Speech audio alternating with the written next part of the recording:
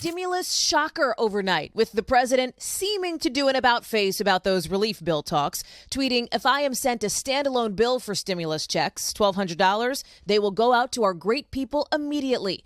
Just one in a series of tweets in which the president also went after debate moderator Chris Wallace, the FDA, and Nancy Pelosi. That's after President Trump killed any movement on a coronavirus relief bill, leaving millions of Americans in limbo, tweeting he instructed his team to stop negotiating until after the election, when immediately after I win, we will pass something. Stocks plunge as President Trump pulls the plug on stimulus talks until after the election, sending the markets into a spiral.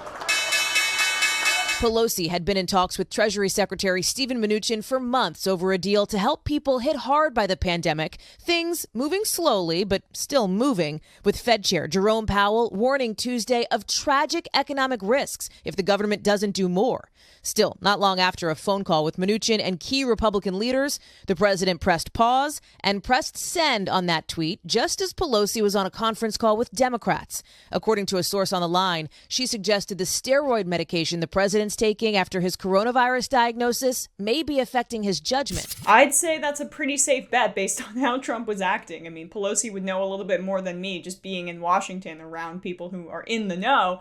But he was completely manic and unhinged on Twitter. I don't care about Trump's tweets when he's just trash-talking people. Some of them are funny if they're not racist. Most of them are offensive, I guess. But the things I do care about are his tweets that affect policy. So he entirely sabotaged negotiations that were happening between his representative in these negotiations, Goldman Sachs lackey Steve Mnuchin, who served corporate interests. And if he was agreeing to a deal with Pelosi, the bill would be very favorable to rich people and the corporations. And he just impulsively scrapped it.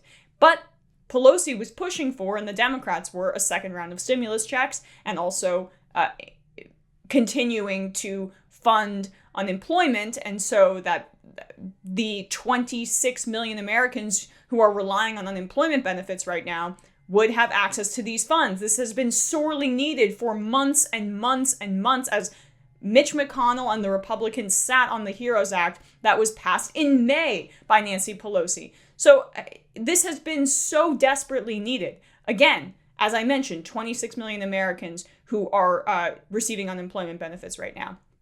75,000 layoffs were announced by major corporations last week, and 61% of Americans are going to be out of all of their emergency funds and savings by the end of the year if they haven't completely blown through them already, because there has been zero economic relief, substantive economic relief, besides that one check that many people didn't even get, for regular Americans in favor of corporations. And this is how insane it is. Trump's own Fed chair said, we need another stimulus bill, right? So this is not some barn-burning lefty. And Trump, the Democrats, are trying to pass an economic stimulus bill that gives Americans money in the bank when they need it ahead of an election. It wouldn't get there until after the election, presumably, but they're trying to give you a political gift when you're down 16 points nationally to Biden. But that's how stupid and bad at many aspects of politics he is. He's great at the trash talk. He's great at the grandeur of it. And he was a compelling candidate in 2016 for many people, obviously not for myself, but for those reasons. He's lost all of that. And he has no instincts when it comes to these political gifts that he was given right there. Most politicians would scramble to sign that bill and to make sure that negotiations went through ahead of an election when he's down like this. He could use this win, but instead he sabotages negotiations, then takes it back. It's insanely confusing, and Trump is out of his mind even more than usual.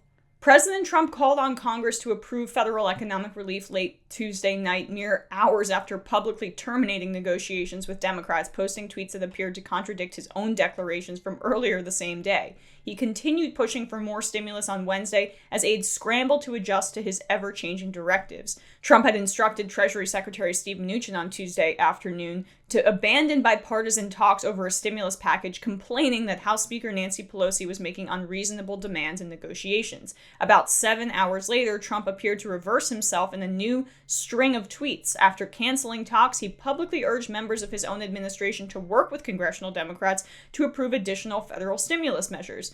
At 9:54 p.m., he called on the House and Senate to immediately, in all caps, approve $25 billion in new aid for the airline industry, which has already begun laying off thousands of employees after federal aid programs expired last week. At 10:18 p.m., he called for Congress to direct $1,200 payments to millions of Americans and said he wanted immediate aid for small businesses. "I am ready to sign right now," he wrote. "Are you listening, Nancy?" Despite the president's tweets Tuesday night, Meadows told reporters on Wednesday morning the stimulus negotiations are off. Further complicating matters, Mnuchin asked Pelosi on Wednesday morning about the possibility of a standalone agreement on relief for the airline industry. Drew Hamill, a spokesman for Pelosi, said on Twitter. Pelosi reminded Mnuchin on the call that Republicans had blocked a standalone bill that would have provided more airline aid last week and asked him to review House Democrats' airline bill so they could have an informed conversation, according to Hamill. Democrats have signaled openness to a standalone airlines package. Representative Peter DeFazio, chair of the House Transportation and Infrastructure Committee, has pushed about $30 billion in aid to avert layoffs of airline workers. And the Republicans are countering with a bill that wouldn't necessarily preclude the airlines from laying off people while still giving them stimulus money, because of course they did. But a standalone airline package would be disastrous. Democrats need to use that airline bailout money as leverage to get funds for average people, like unemployment aid and the $1,200 stimulus checks. Those are key things. And they give up all their bargaining power if they actually go through with a standalone airline package. That's insanity. It's Democratic weakness personified if they actually go through with it. I mean, there's actually a House bill that's being proposed right now that could do that. The airline industry needs to be bailed out. And the Republicans say without preconditions, just give them whatever money they want. Executives can take it. They can still lay off people, whatever. The airlines need the industry. But the people that have been waiting for months and months and months for economic relief, the 26 million Americans collecting unemployment right now, the mass economic depression, that can wait. That can wait and be a part of separate negotiations with Pelosi and Mnuchin, the White House, McConnell, whatever. And so then the Democrats have no leverage anymore. Perfect strategy. Perfect strategy. So the only thing that might save this is that the stock market tanked after Trump tweeted all those things. So yay, the one thing he cares about in the economy, perhaps that could sway him to put the two sides back together, Mnuchin and Pelosi, and they can resume what they had been talking about before. But who knows if the damage is already done. We have been waiting on the second stimulus bill. The economy is plunging deeper and deeper into an economic depression that could be irrevocable, or it could hurt the economy. Of course it's irrevocable, but it could change the dynamics of the economy indelibly, is what I wanted to say, for years and years to come, and not in a good way. And our economy was already completely tilted towards wealthy people and corporations. So this needs to happen, and Trump's potentially roided out impulsiveness is ruining what could have been a deal that was agreed upon by Mnuchin and Pelosi and would have been a political gift for Trump. So he's sabotaging the American people, and of course, he's sabotaging himself.